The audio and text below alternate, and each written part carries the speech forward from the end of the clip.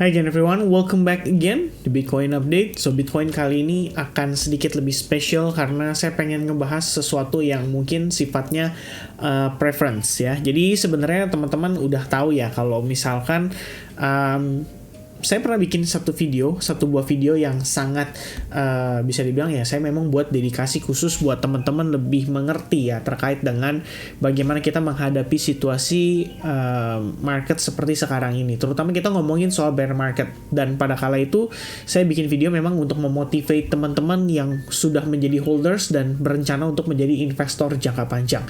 Jadi sekedar untuk meluruskan, di video saya rata-rata yang kita bahas day by day itu most likely digunakan untuk saya personally melakukan trading, dan begitupun untuk beberapa teman-teman yang sudah menjadi viewers itu tahu bahwa kita tuh update everyday itu short term untuk peluang tradingnya.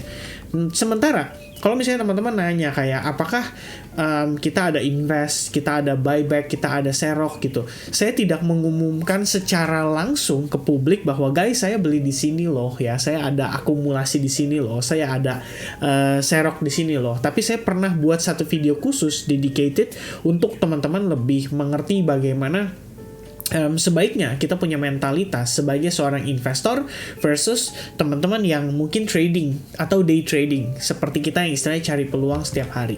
Nah, kalau misalnya kita ngomongin sedikit soal konteks investor atau investasi, kita pilih cryptocurrency ini sebagai salah satu aset yang kita akan investasikan, dan dalam tanda kutip investasi di sini itu artinya lebih pemahamannya untuk jangka panjang. Jadi ketika teman-teman lihat harga murah kayak kemarin 15.000, 16.000, ada yang tanya ke saya waktu 15.000 saya serok atau enggak. Saya pasti beli, nggak mungkin enggak. Itu harga yang menurut saya relatif murah. Saya bukan tipikal orang yang ngotot nunggu harga harus super murah banget, karena kita nggak pernah tahu harga murah itu pastinya ada di berapa. Bahkan dari video yang terakhir kita udah sempat bahas sama teman-teman juga menunjukkan signal bottom, kemudian BTC yearly candle kata orang-orang seram, saya bilang di sini malah jadi peluang, dan itu semua sudah saya sampaikan jauh bahkan sebelum adanya pump yang terjadi kali ini gitu ya. Dan sebenarnya kita ngomongin situasi saat ini, kalaupun misalkan kita ngelihat harga naik, apakah ini akan pasti menjadi sebuah bull run? Perlu diingatkan lagi nih kayaknya teman-teman ya, bahwa Bitcoin itu punya history, dan history untuk kita masuk ke fase bull run itu umumnya adalah setelah halving. Dan kalau kita berbicara setelah halving, itu berarti after 2024 teman-teman. Minimal banget setelah kuartal 3 2024. Kenapa demikian? Karena perkiraan halvingnya itu adalah di kuartal 1 2024. Nah, dengan demikian, biasanya setelah halving 2024 ada fasenya beberapa bulan kita sideways dulu, and then slowly dia mulai naik dan all time high setelah beberapa bulan itu. Jadi berbicara soal situasi menjelang halvingnya pun sebetulnya bukan berarti nggak mungkin reversal. Ada kemungkinan reversal, tapi kemudian kita masuk ke yang bahasanya itu adalah crypto winter. Jadi dalam setahun terakhir kita udah ngelihat bear market terjadi sepanjang tahun 2022, dari awal tahun sampai akhir tahun semua candlenya tuh merah ya. Yearly candle, makanya orang bilang yearly candlenya pertama kali nih serem membentuk bearish engulfing. Padahal nggak juga, di balik itu ada peluang yang bisa dimanfaatkan. Dan pada akhirnya kalau teman-teman tanya ke saya membagi portofolio saya, ada yang untuk investment, ada yang untuk trading. Jadi kalau misalnya kita ngomongin buat investment, saya jarang bahas di YouTube channel saya, karena kalau saya bahas, saya mau bahasnya apa teman-teman? Teman-teman serok sekarang ya, beli sekarang ya, setiap hari masa kita ngebahasnya kan kayak gitu kan, nggak mungkin juga. Kita di sini memberikan update. Bahkan saya ada bikin satu playlist khusus buat teman-teman ngelihat kita punya Bitcoin roadmap, dan so far ya saya udah bikin berapa belas update ya terkait dengan roadmap tersebut, dan mungkin akan saya update sesegera mungkin. Jadi kalau misalnya sedikit ngomongin investment itu kembali ke planning masing-masing. Kalau saya sih planningnya adalah invest sekarang untuk menunggu after next bull run. Jadi planning saya sederhana, selagi dapat harga murah, every time saya dapat correction ataupun saya dapat dip atau pullback, saya akan manfaatkan itu untuk menjadi opportunity saya melakukan akumulasi. Dan akumulasi di sini seperti yang saya sampaikan pada saat live streaming. Kalau misalnya planning teman-teman invest adalah 200 juta rupiah misalnya, atau misalnya 1 miliar rupiah, kalian berencana 1 miliar ini adalah uang yang kalian expect kalian berani gitu loh untuk berspekulasi di investment yang high risk, dan salah satunya adalah Bitcoin atau crypto aset. Dan kalau kita ngomongin crypto, ada yang tanya juga belinya bagusnya apa. Kalau saya cuma merekomendasikan sebenarnya maunya top 5 aja. Bitcoin, Ethereum, BNB, Cardano, XRP atau XRP Cardano. That's it. Selebihnya kita ngelihat yang namanya company masih punya conflict of interest, mungkin dia masih ada keinginan untuk bawa kabur uang, ya kita nggak pernah tahu. Kalau developer suatu saat nanti mendadak jadi orang jahat, kita nggak pernah tahu kapan itu terjadi. Tapi ya ada beberapa kripto yang saya pertimbangkan, seperti misalnya Dogecoin, kemudian Matic. Ini personally ya, saya ada lakuin akumulasi di situ juga, bahkan ada Shiba juga, walaupun di situ hanya untuk spekulasi aja. Selebihnya ya itu kalau portofolio investment yang kalau saya bahas ke teman-teman boring rasanya, karena sebenarnya untuk seorang investor cuman butuh sabar aja. Kamu mau ngerasain hasil yang manis, ingat teman-teman, great things takes time ya. Itu butuh waktu untuk mendevelop. Dan saat ini kejadian FTX itu membuat harusnya ya para government atau kita ngomongin orang-orang yang punya kekuasaan itu mulai berpikir bagaimana caranya merapikan infrastruktur pada crypto aset atau crypto exchange atau mungkin ya trading crypto.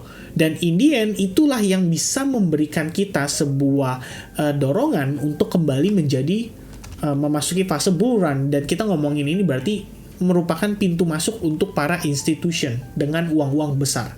Dan ingat teman-teman, untuk mengangkat harga itu butuh uang. Dan uangnya itu dari mana kalau sekarang ini? Kecuali yang tadi saya bilang, ada satu kabar baik, mungkin kita ngomongin soal regulasi, regulated, and then institutions berani masuk. Dia jor-joran masukin uang. Nah, itu mungkin beda cerita. Kita langsung masuk lebih tepatnya otomatis langsung masuk ke bull run.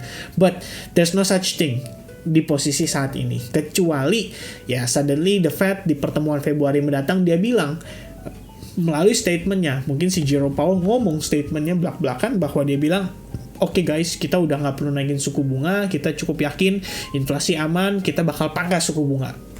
Ya mungkin aja untuk terjadi, karena ada beberapa faktor juga, dan salah satunya adalah deadline bayar hutangnya gitu kan. Kalau misalkan ternyata mereka lebih memilih cetak uang lagi, who knows teman-teman, berarti kita masuk quantitative easing dan in the end market kembali pump.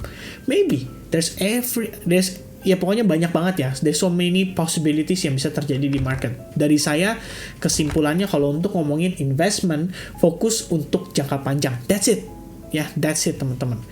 Lihat peluangnya 5 tahun mendatang, lihat peluangnya 3 tahun mendatang, ini bakal jadi apa koinnya. Intinya itu aja, jangan terlalu banyak dipusingkan, jangan terlalu banyak menebak-nebak, karena nggak ada yang bisa tahu pasti di manakah bottom price-nya. Dan kalau buat saya personally, as long average price yang saya dapat itu masih bagus, saya masih akan maintain koin tersebut untuk jangka panjang. Jadi jangan ketuker-tuker ya, between trading dan investment itu usahakan portofolionya berbeda. Jadi teman-teman gak akan bias dan gak akan bingung kalau misalnya kalian ngelihat di lower time frame-nya sudah berubah menjadi bearish. At least mungkin di trading kamu bisa lakuin short aja, short scalping kecil ya kan, manfaatin penurunan yang ada. Tapi di portofolio investmentnya kalian gak pusing, karena kalian tujuannya adalah invest. So you will find a lower price atau a cheaper price untuk kalian entry kembali dan beli lagi. Intinya itu teman-teman. Alright, so itu dari sisi investment, dan I hope it clears ya, bisa menjelaskan teman-teman. Mungkin nanti saya bikinin playlist kali ya, kayak video-video penting yang sebenarnya memiliki makna banget. Dan ya kalau mau cari jadi nggak susah teman-teman, karena saya setiap hari upload video. Alright, so kita sekarang bahas sedikit dari sisi tradingnya. Alright, dari sisi weekly time frame kita udah bahas di video kemarin, which is so far so good, karena udah close candle juga, udah dapat konfirmasi juga di MACD-nya. Jadi everything's good in terms of time frame weekly. Dan ekspektasi di time frame daily buat saya itu masih sama. Kita expect ada sedikit rejection terjadi dulu pada kisaran area $21.500. Hari ini kita ada tes kok ke level itu, tapi langsung straight dapat rejection. Karena ada salah satu penyebabnya, kalau menurut saya sih faktornya adalah dari dolar index juga. Karena kan kita ngomongin dolar index itu posisi kemarin yang bisa dibilang di hari Jumat penurunan ini yang menyebabkan Bitcoin ada pump ya kita ngomongnya sampai ke harga sekarang ini. Jadi bisa dibilang ya dolar indeks itu memiliki peranan penting. Sementara posisi dolar indeks di time frame daily itu sudah mendekati salah satu key level majornya juga. Dan wajar kalau misalnya somehow mendapatkan reaction di sana. Kalau misalnya ternyata dolar indeksnya rebound dulu, maka ekspektasi kita untuk Bitcoin juga koreksi dulu, itu menurut saya possible banget untuk terjadi. Oke, once again, saya bilang sama teman-teman sebelumnya, kondisi dari market kita, internal kripto sendiri itu belum ada sesuatu yang positif. Kecuali kemarin itu ada likuidasi massal menyebabkan kerugian dalam jumlah besar dan akhirnya membuat men-trigger order short atau selling itu menjadi ke liquid, dan liquid itu kan artinya dia harus close positionnya. Kalau dia opennya sell short, berarti dia harus close-nya long buy. Ya, kira-kira gitu. Makanya demand-nya mungkin langsung meningkat drastis dan tajam, dan sekarang in the end dari demand-demand tersebut lah yang menyebabkan harga Bitcoin-nya naik sampai ke 21.000. Terakhir hari ini peak-nya itu di 21.500. But once dolar index ini rebound, kita bisa lihat pada pergerakan Bitcoin hari ini juga sama-sama mendapatkan rejection awalnya. Tapi kemudian dia constant naik lagi, dan bahkan tadi ya kita sempat ngelihat ya, ini saya sempat live bersama dengan teman-teman Advanced Group today, karena kita memang ada jadwal live session di every Monday. Yang kita lihat adalah pertama, di sini ada higher low ya. Jadi higher low, higher low, higher low. Possible untuk yang namanya ascending channel. Dan begitu pun di atasnya ada higher high, dan slightly higher high. Cuma kalau teman-teman lihat ya, sebenarnya ya kalau kalian mau cari informasi tambahan, kalian bisa lihat dari indicator menunjukkan ada yang namanya bearish divergence. Meanwhile, pricingnya itu slowly berusaha naik, but then kamu bisa lihat every time dia naik ada rejection di sana. Anggapannya teman-teman, perhaps ya kita punya selling pressure di sana. Walaupun dia kecil-kecil, tapi mungkin ada orang berusaha untuk taking profit. Dan kalau misalnya kenaikan dengan ascending channel ini, satu-satunya untuk menginvalidasi adalah kita harus break dari si channel bagian atasnya. Jadi jatuhnya kayak percepatan tren, and then after proses retest itu bakal jadi konfirmasinya kita. Tapi kalau misalnya itu nggak terjadi, waspada aja terhadap possibility of correction yang mungkin lebih jauh lagi. Dan saat ini kita personally ngelihat ya 50% Fibonacci retracement. Kalau kalian tarik dari low ke high di sini more or less, kita dapat Fibo 50% dan itu di kisaran $20.000. Ini berarti kan level psikologis nih. Nah, somehow level psikologis kayak gini tuh bisa memberikan reaction yang juga mensupport lah pergerakan daripada si Bitcoin itu untuk bisa bertahan di atasnya. Karena ada orang yang mau beli biasanya. Pasang jaring angkanya bulet-bulet kayak 20.000, 18.500, bulet tuh ya. Ibaratnya pasang jaringnya bukan yang 18.724 misalnya, atau 18.000 misalnya 921 ya. Kalau Bitcoin berarti di 20.000 misalnya 20.123. Nah kan nggak mungkin tuh. Biasanya orang pasang jaring $20.000 bulet. Nah itu adalah angka psikologis, dan itu bisa memberikan reaction pada market. Dan so far, kalau saya lihatnya di time frame 4 jam, as long kita belum break dari EMA 8 aja, ya ini 8 loh, periode 8, berarti every time periode 8 kan berarti cenderung cepat ya pergerakannya, dan ternyata cuma di 8 aja itu udah menimbulkan reaksi untuk Bitcoin so far pada time frame 4 jam. Jadi kalau misalnya break, kamu bisa lihat last time kita nyentuh EMA 21 pada Bitcoin di time frame 4 jam, ini bahkan nggak nyentuh ya. Last time itu adalah tanggal 9 Januari 2023, and then after that kita selalu ketahan di EMA 8 ya, EMA 8 lagi di bagian sini. Oke, EMA 8 bahkan tail candle-nya aja nggak nyentuh EMA 21, dan seterusnya sampai dengan posisi saat ini pun sama, EMA 21-nya nggak kesentuh sama sekali. Jadi somehow momentum buyers kita itu masih mampu mempertahankan harga di atas EMA 8 yang mana periodenya sangat cepat, tapi di saat yang bersamaan kita ngelihat ada ascending channel terbentuk, yang artinya buyers dan sellers saat ini sudah mulai menemukan titik equilibriumnya. Jadi every time buyers masuk, sellers juga berusaha untuk menekan harganya. Dan hopefully kalaupun kita ngelihat koreksi terjadi, yang saya expect adalah koreksinya cenderung slowly aja.